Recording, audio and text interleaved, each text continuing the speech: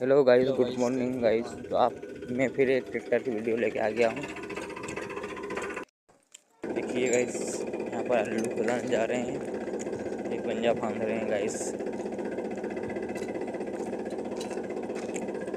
मैं इस चैनल पे ट्रैक्टर की वीडियो डालता हूँ, लेकिन मिलती नहीं है। ये फार्मा टेक है नीला कलर का, हमारे रवि भुट्टा अंकल जी का।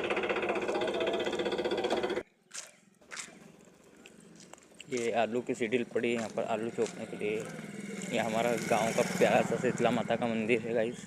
उसके सामने देव महाराज का मंदिर है। ठीक है, धन्यवाद। लाइक सब्सक्राइब कर देना।